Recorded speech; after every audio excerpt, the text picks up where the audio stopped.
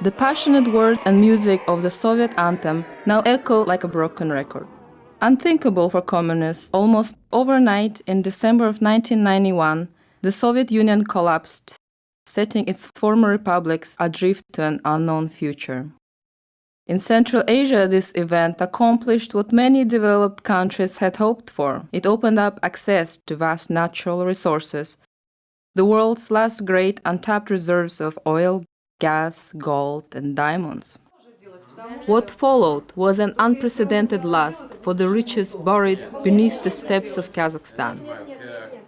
Join our film crew and discover the drama now unfolding on the stage of Central Asia.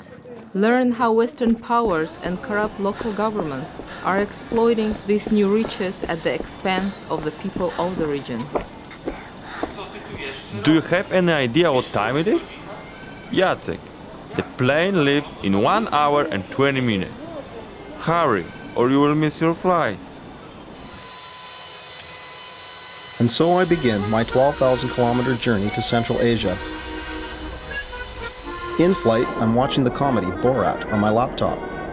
It reminds me once again that we in the West know almost nothing about Central Asia's biggest country, Kazakhstan, a land roughly the size of Western Europe.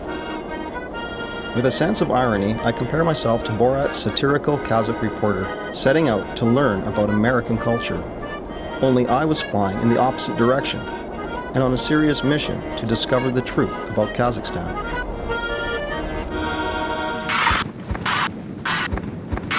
"25 hours later, a bumpy landing, and I have arrived in Almaty, Kazakhstan. My first contact with this country is my Russian driver, Sasha. Where do you come from? From Canada. Ah. So how is it in Canada? Good. What's good? What's to say? I think everything's fine. If there is democracy, then all is good. Hey, what kind of democracy you have? This is democracy. Look. What's that?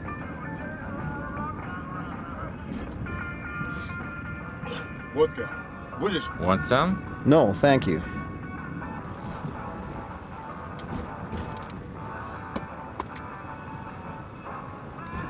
Maybe some girls? I don't get you. What? Well, chicks. You know, sex. No, I don't need it.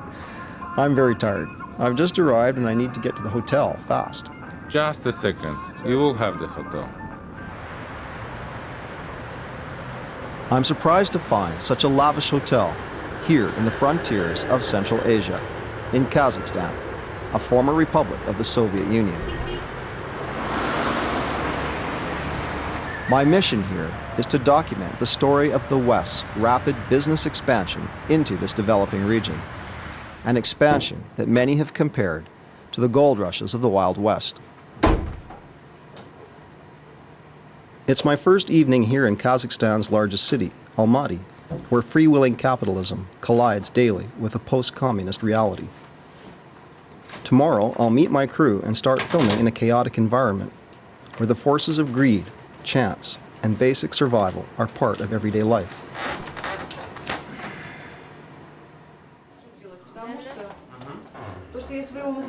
In Kazakhstan, filming a social documentary is nearly impossible. To the authorities here, it's political espionage. If they caught us, we'd face very serious consequences.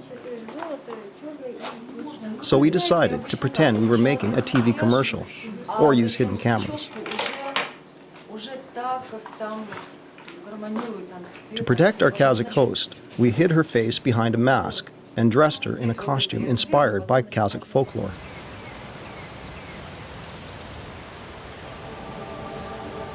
Our story begins here in Almaty, the economic and cultural heart of Central Asia. A modern city with a population of over 1 million, Almaty is almost equally divided between Kazakh natives and colonial Russians.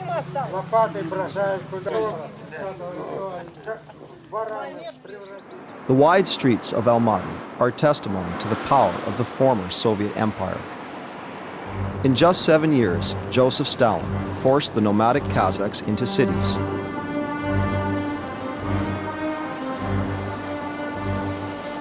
Where once Kazakhs had pitched their tents, Stalin put up monuments to the communist regime.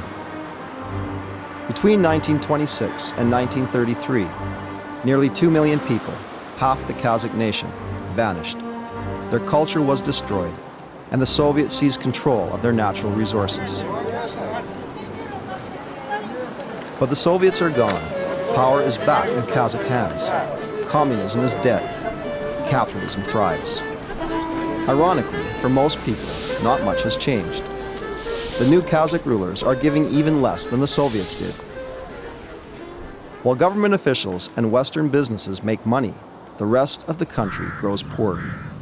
The corrupt Kazakh rulers have learned well from the Soviets how to blindfold their people, exhorting them to bear hardships for the good of the nation.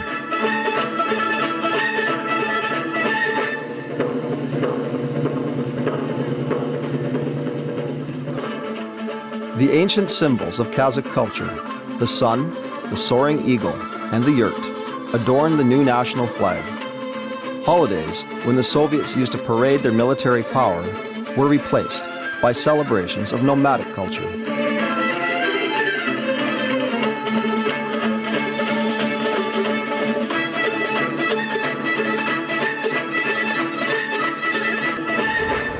New monuments to ancient heroes were erected. Down came Lenin, up went the Golden Man, a legendary Kazakh chieftain who now stands high above Almaty's central square as a regal symbol of power and wealth. Though these symbols and celebrations inspire national pride among the Kazakhs, the millions of ethnic Russians in the country look on with fear and anxiety. Though the Kazakh government has given them citizenship, it has taken away most of their former privileges. No longer part of the ruling elite, they sink into poverty alongside the Kazakhs. It is barbaric that people cannot get their pensions and salaries for months. How can one live like this? Nobody is giving answers. My husband is dead. My son has been to Afghanistan twice. I'm not afraid of anything anymore. I pray to God. And Lenin, he gave us bread and salt. The president, his place is in jail. This is his place. In a land rich in natural resources, the benefits of the new economy are not evident in a typical middle-class neighborhood. Here children play among run-down buildings, often plagued by shortages of power and water. Yet, people feel lucky that communism has at least left them with free apartments. Meanwhile, families stricken by unemployment and poverty try to survive by selling what they can on the street, in a country that was once the strongest of the Soviet republics.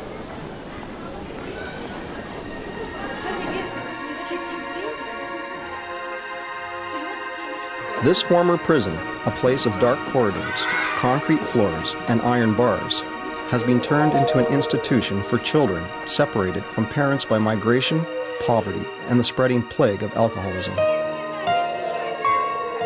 For these victims of sweeping social change, everything is marginal. Orphanages here are chronically underfunded, and education is basic. Food is the bare minimum.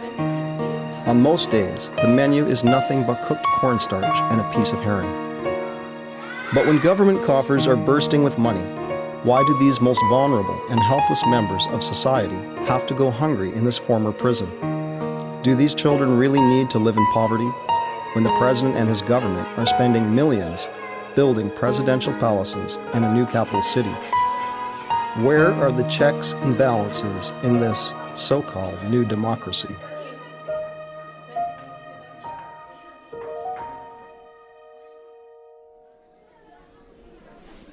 Moving on to the Baraholka, or free market, here average people have found a way to survive by going back to the simplest form of trade and exchange.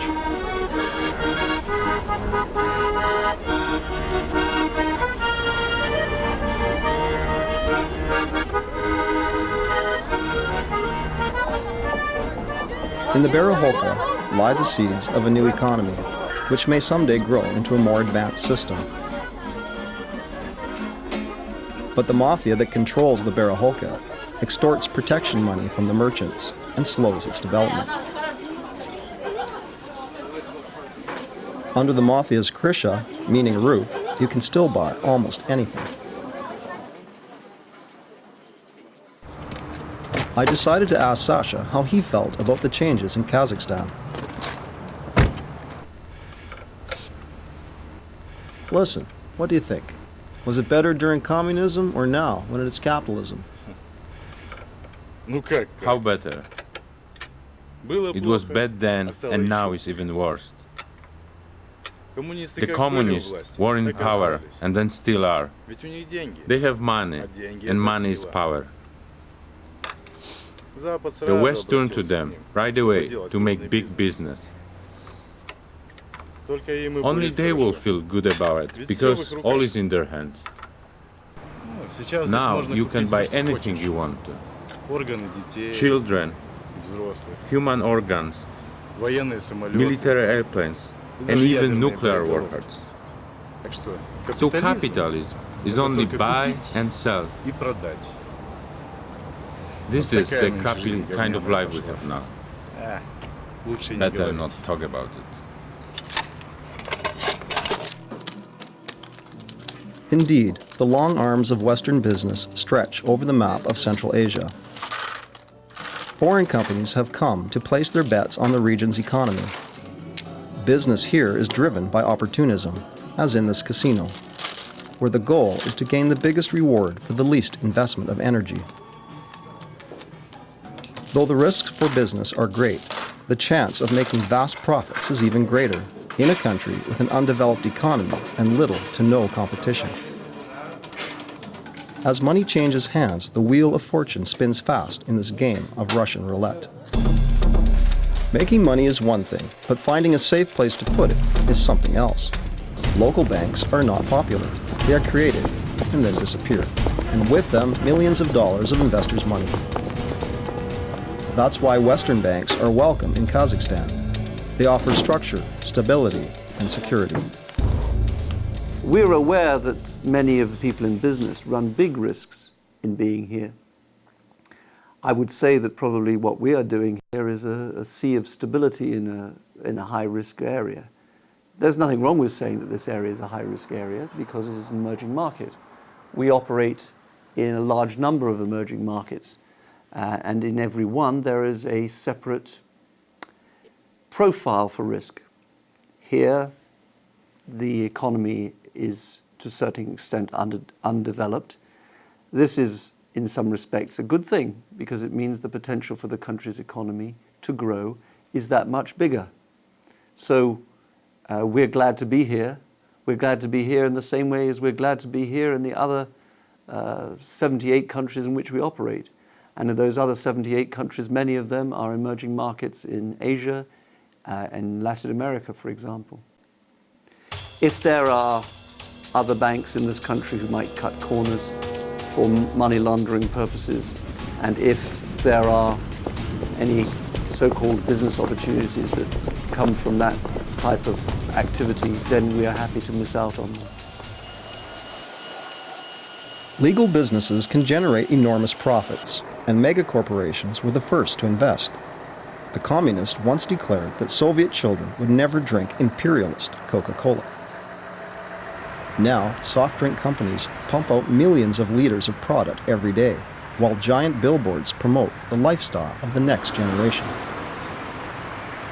But it's cigarette advertising, long forbidden in Europe and North America, that dominates.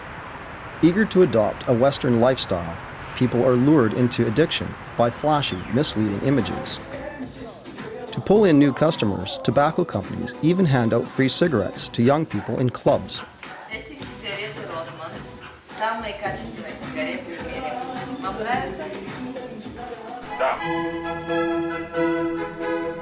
The same eagerness to adopt a Western lifestyle is taken to the extreme by the new local bourgeoisie, those made rich by corruption and crime. Driven by an appetite created by communist uniformity and poverty, they have become the ultimate consumers, intoxicated by the symbols and prestige of Western decadence.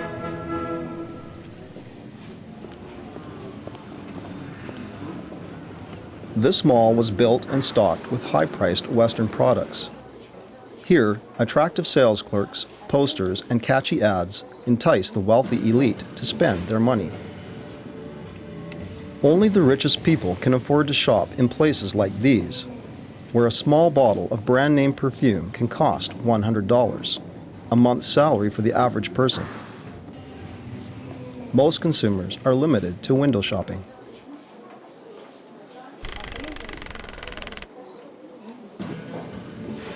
For citizens brought up on communist ideals of economic equality, the new and growing gap between rich and poor has created strong feelings of social injustice, or another excuse for crime. These images are not from the stage of some Hollywood movie. It is real security with real machine guns in a local shopping center. On Saturday evening, this armed security group is here to pick up the day's revenues from the stores. The amount they will collect is only $2,300, but even that's enough to interest armed robbers. 6 machine guns are ready to shoot into the crowd if need be. But in a society that has become used to violence, people hardly notice these deadly weapons. Not surprisingly, at any given moment, a dangerous game of cops and robbers could shatter the peace.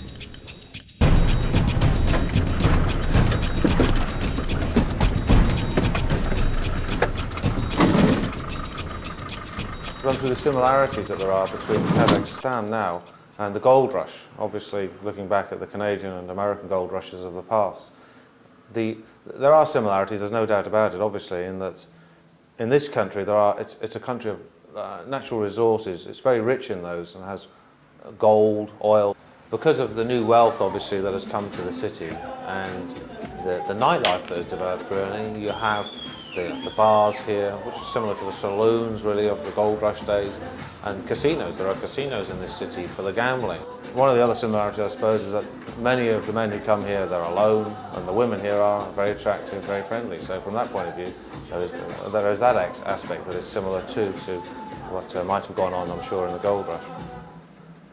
I mean, the criminal groups here, I suppose, could be compared to piranhas who are feeding off the same fish, as it were, or the same carcass, whatever it might be, tearing off their little portion.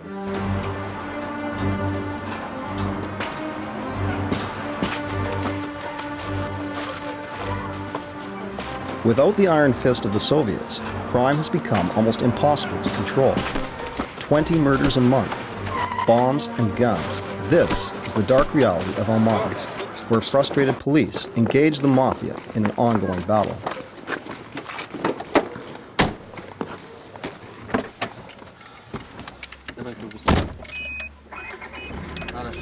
Next time, ask me what you want to film. Before it was right when it was Soviet Union. Everybody was afraid of Soviets. Everybody was afraid of communists. Whole world was afraid. And now, everybody is laughing at us. But now, at least, everybody is afraid of Russian mafia. Italian mafia is nothing in compared to Russian mafia. Do you have contact with the Russian mafia? It is easy to find mafia. They are everywhere. What if I'd like to have an interview with them? You want interview with mafia? Maybe you want bullet in your head. In spite of his fears, Sasha managed to line up an interview with the mafia. Our goal in this life, like all people, is to survive. That means our main goal is to earn money. Where we earn this money doesn't matter. Is it drug dealing? Is it robbing? It is extortion. It is prostitution. Because everybody loves beautiful women, and women are expensive. If people don't pay us, we won't let them run their business. If someone doesn't understand and doesn't pay, will send the guys to break his bones. After that, I think he'll pay when we break his bones. The most important thing for us is a health. The healthier you are, the easier it is to suppress people, to rob people, and get your cut. A lot of former sportsmen are coming into mafia society. First of all, if someone is sportsman, has more energy, is stronger than average, and has more ability to rob and extort the money, and so on. What is the price to kill someone? To kill someone,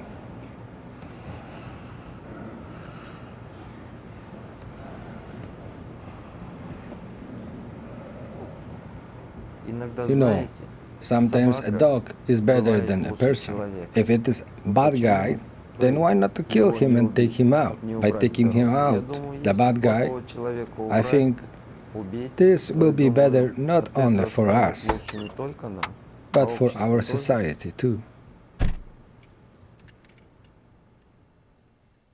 It would be possible to film another mafia group, but they are afraid of camera. What mafia group? What are you talking about? They are on every intersection. They are police. Wait a second. Listen, I have a hidden camera. It's very small. For example, I'm filming you right now. Look here. You must be kidding. This is cool.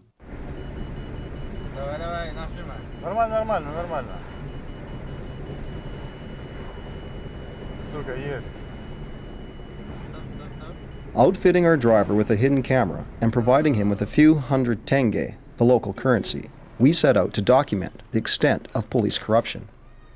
Kazakhstan police are infamous for extorting bribes. Here, we've deliberately gone over the speed limit and we've been pulled over by a patrol car. Sasha is nervous, but wants to catch them taking bribes on camera. Why was there no speed sign? No speed sign? You think I took it down? The speed limit here is 60 kilometers per hour. How much are you saying? It's 60 kilometers, the same as downtown. How much? Wait. How about half and half? What do you mean half and half? Speak fast. I have 400, so half of that. Why like that? The fine is 700. Half of that is 362, like vodka used to cost. Okay, 300. That'll be alright. Wait, be careful, people are watching. What kind of people? It's not the first time you're taking bribe. Everybody knows. After several minutes of bargaining, the policeman has agreed to take just half the fine. Bribing corrupt police is easy. Here, every crime has its price. For a speeding ticket, a bottle of vodka.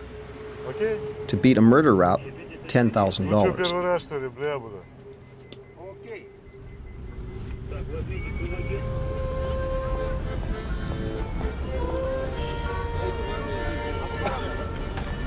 After filming the police, we decide to take our cameras onto the Arbat, a busy promenade in downtown Almaty.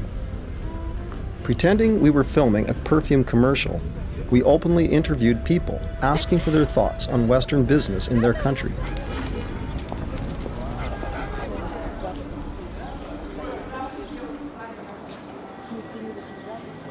What do you think of Western businessmen? They should bring something new from the West. I don't know what to say. I'm embarrassed. Not bad.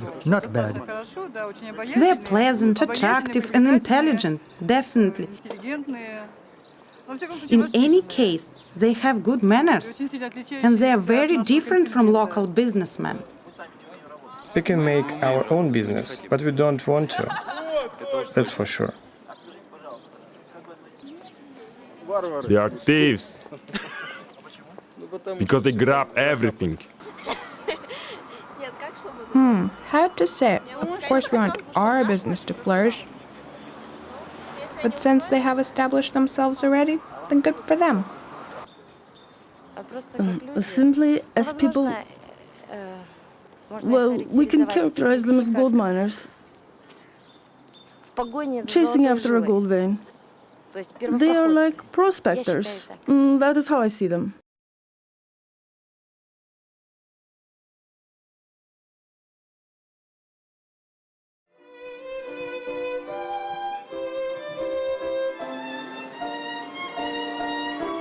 Removed from familiar surroundings, unable to speak the Russian language, afraid of crime and violence, foreigners can usually be found in expensive palatial hotels such as these. Providing safe havens for the international business community, these hotels offer foreign visitors comfort and security.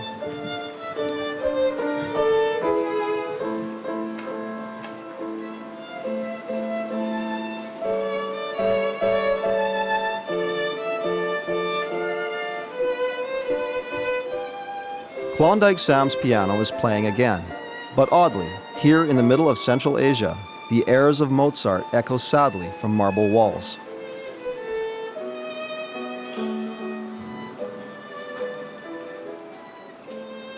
While the people outside struggle with poverty, high-ranking businessmen, government officials, and mafia kingpins rent decadent suites such as these for more than $1,000 a day.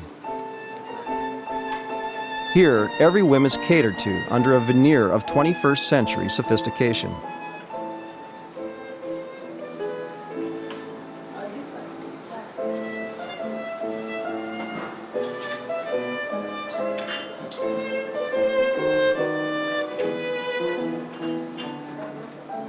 Unfortunately, our lust for wealth and power has changed little over the course of history.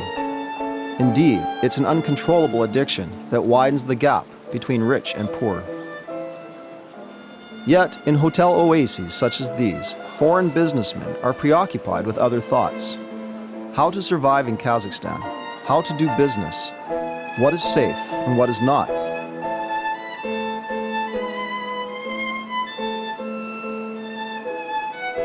Instead of gold dust, these prospectors carry gold credit cards, and they hide their treasure in Swiss bank accounts. Here, deals are negotiated and bribery is the key to success.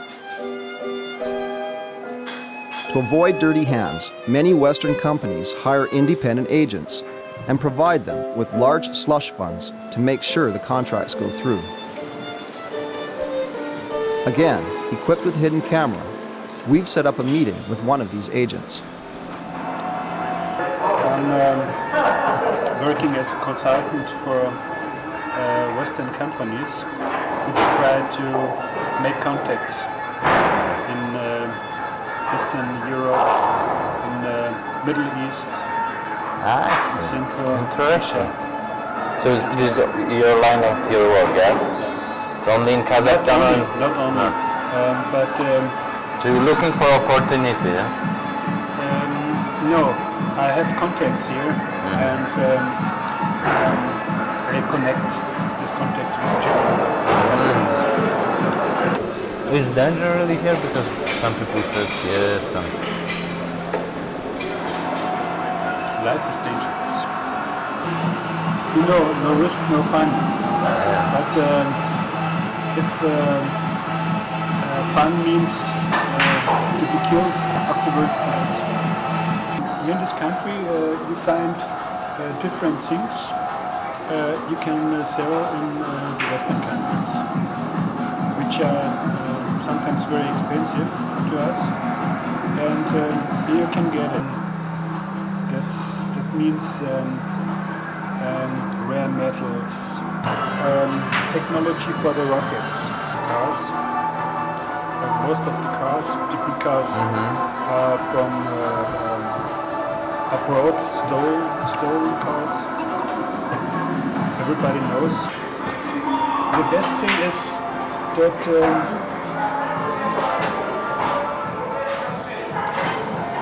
there are a lot of possibilities. You can make business in so many different ways. And, it's not like in Western countries, where everything is, there's somebody who has his hands on it. Like stagnation over there. You need this, I don't know the English word for it, a small Space to do business. like in Western. Here you have more possibilities to make business. What is the story of this mafia here? Is it real or against some kind? Then we have to clear what means mafia. Organized crime. Organized crime is this, are the kids on the road, or are this some guys which are asking for commission if you are making business, or are this The brutal real crime which involve killing and... I have not such experiences.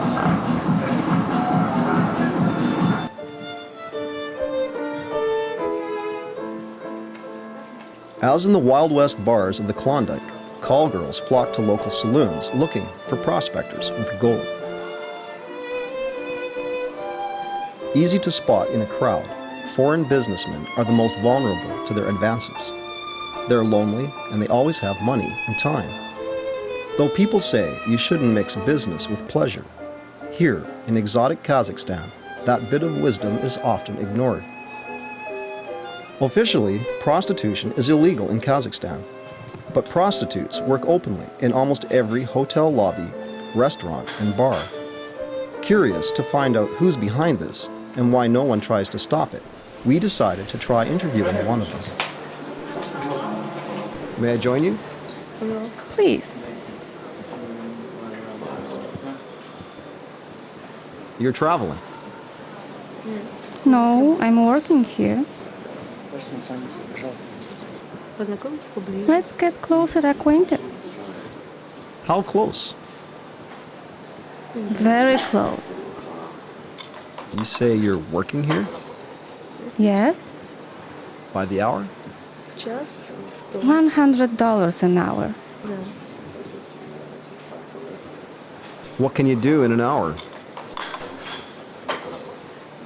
Everything. You know, I'm working for television in Canada. Can I have a 1-hour interview? Interview? You said you could do anything.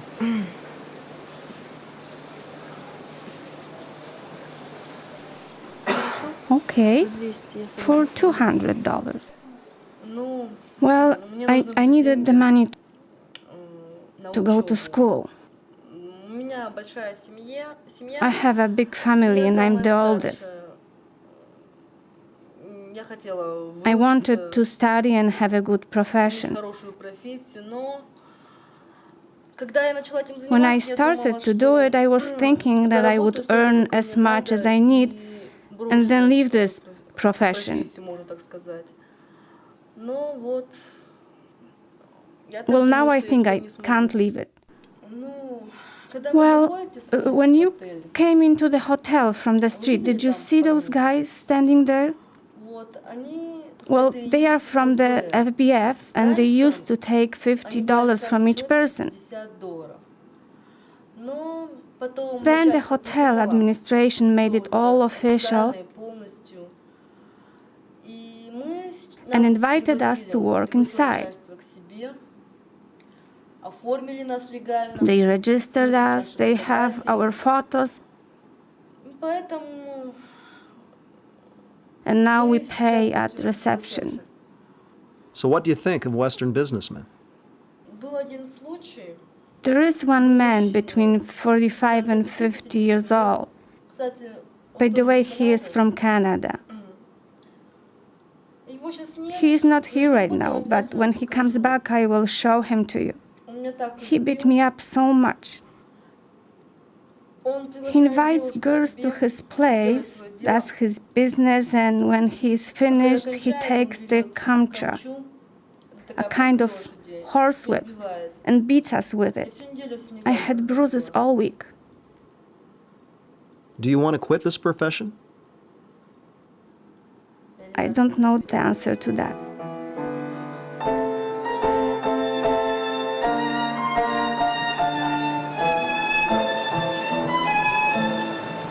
Down in the lobby, the modern age prospectors feel safe and strong. History repeats itself.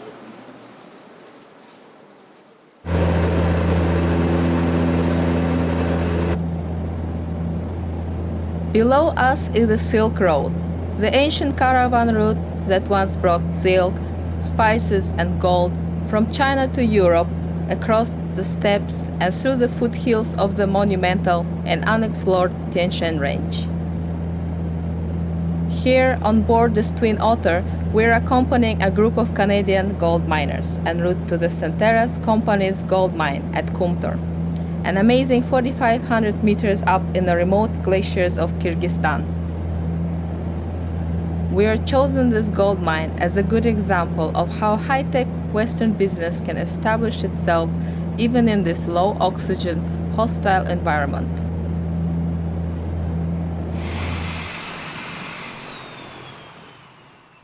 Kumtor is the highest industrial mining facility in the Northern Hemisphere. The remote Arctic alpine conditions that we have here is a setting for dangerous accidents. Approximately 30 deaths in the 4 years the mine exists.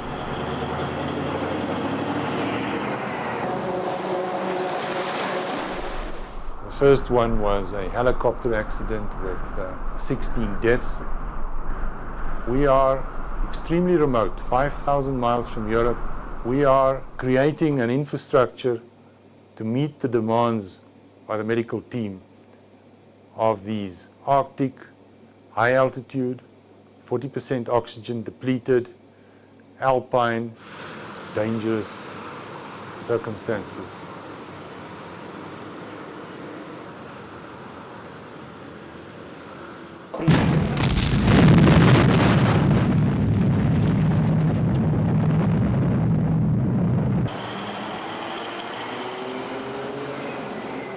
The Russians failed to extract gold from Kumtor Mountain because of the harsh, high-altitude conditions.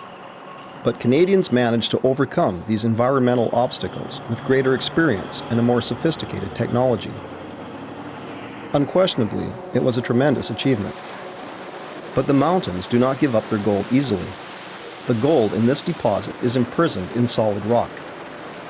To release it, a powerful plant had to be built in this almost impossible location. The extreme environment, however, was not the biggest challenge in building this mine.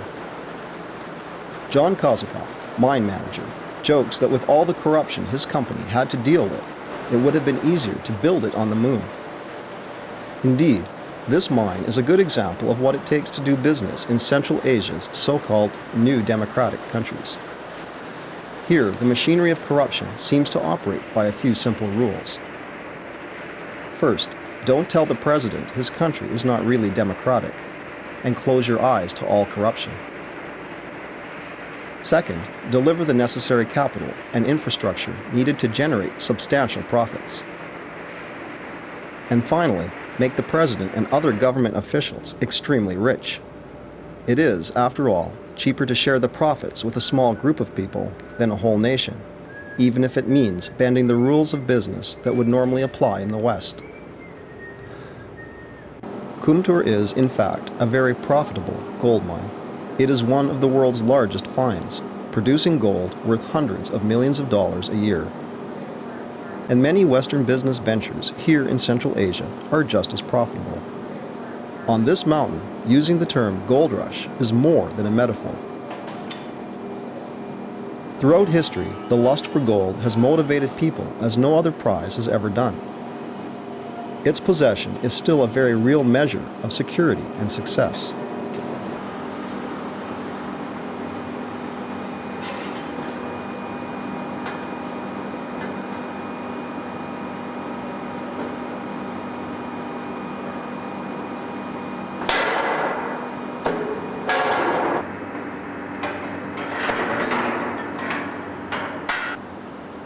Beautiful, rare, and enduring, this metal has become a universal symbol of power wealth, and the instant gratification of all our desires. Though gold may be the symbol of wealth and greed, it is really Kazakhstan's oil and its enormous reserves of uranium on which the world is really focusing its attention.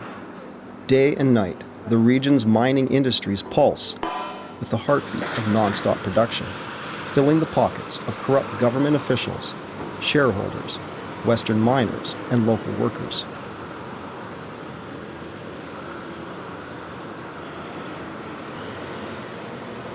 As in times past, the footsteps of the miners lead down to the city, to the comforts and entertainment that only the city can provide.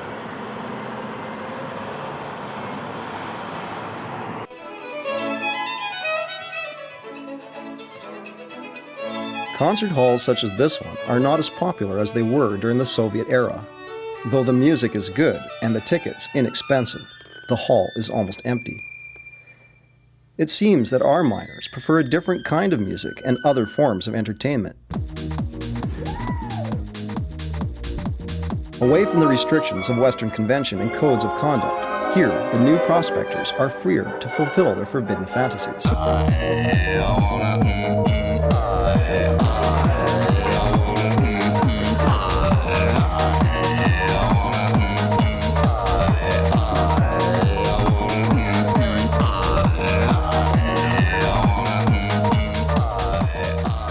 Hotspots like this one, with their frenzied beats and driving music, draw a magnetic crowd that's ready to party.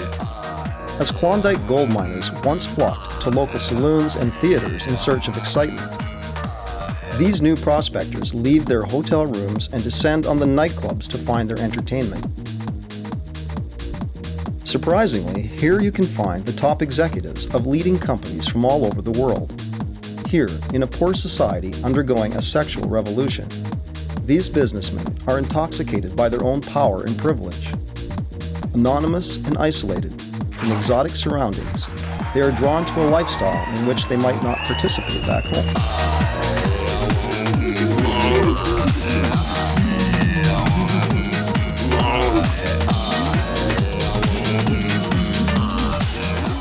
Here, as the night progresses and things heat up, nightclub acts such as these incite the lustful crowd.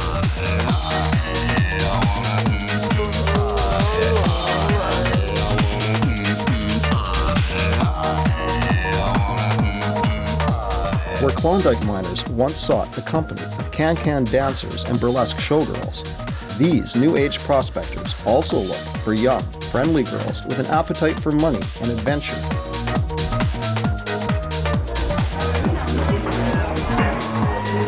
The entertainment business, too, is a goldmine for the new saloon owners.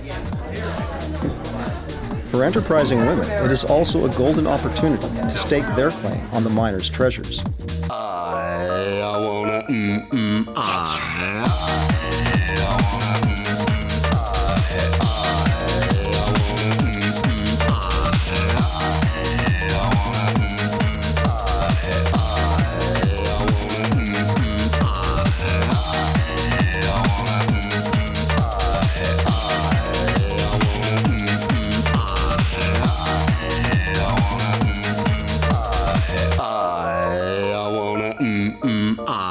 The sea of smoke, rhythmic beats, and alcohol induce a trance-like state which blurs moral boundaries. Basic instincts are unleashed with primal intensity, and a surprising, perhaps shocking image emerges.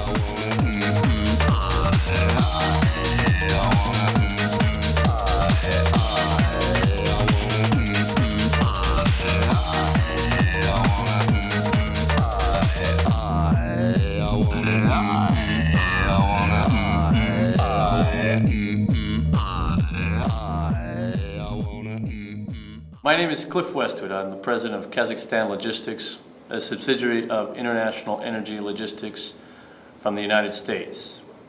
I'm here operating a logistics organization, coordinating logistics services to the oil industry. When you used to watch the old movies when they showed Russians always looking bad, always looking terrible, well, take it from me. They're beautiful. I've traveled the world in Egypt and the Middle East and South America. And there's no more beautiful women than there are right here in Kazakhstan.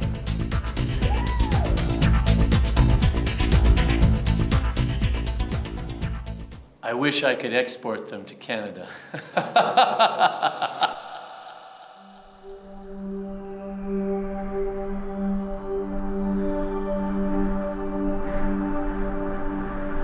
We are standing here on the side of an ancient cemetery.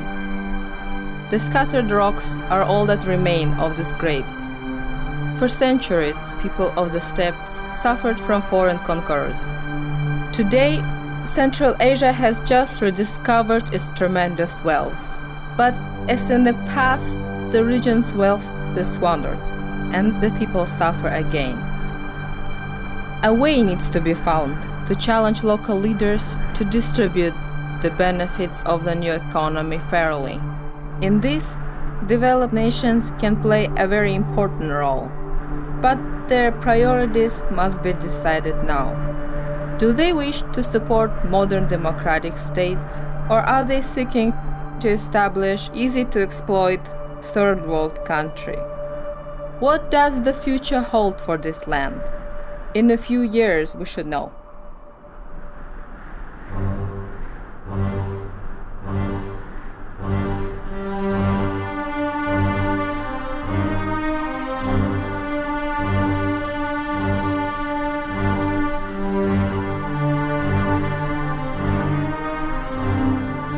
After only a few years in power, Nursultan Nazarbayev, president of Kazakhstan, has become one of the world's richest men.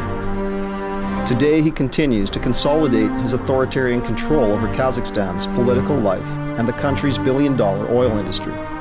Due to his growing military cooperation with the United States and NATO, he has faced no serious international repercussions for his crackdown on the media and the opposition, and continues to grant himself extended powers and immunity from prosecution.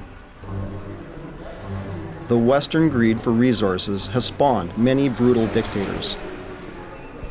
President Nazarbayev is yet another like Saddam Hussein, Noriega, and Pinochet. First the West supports them, and then, when they become too powerful and refuse to cooperate, we remove them. The price of our greed is always the suffering of innocent people. And so I have rediscovered the essence of the gold rush here in Central Asia. It is a fever fueled by greed, opportunism, and the prospect of a quick profit.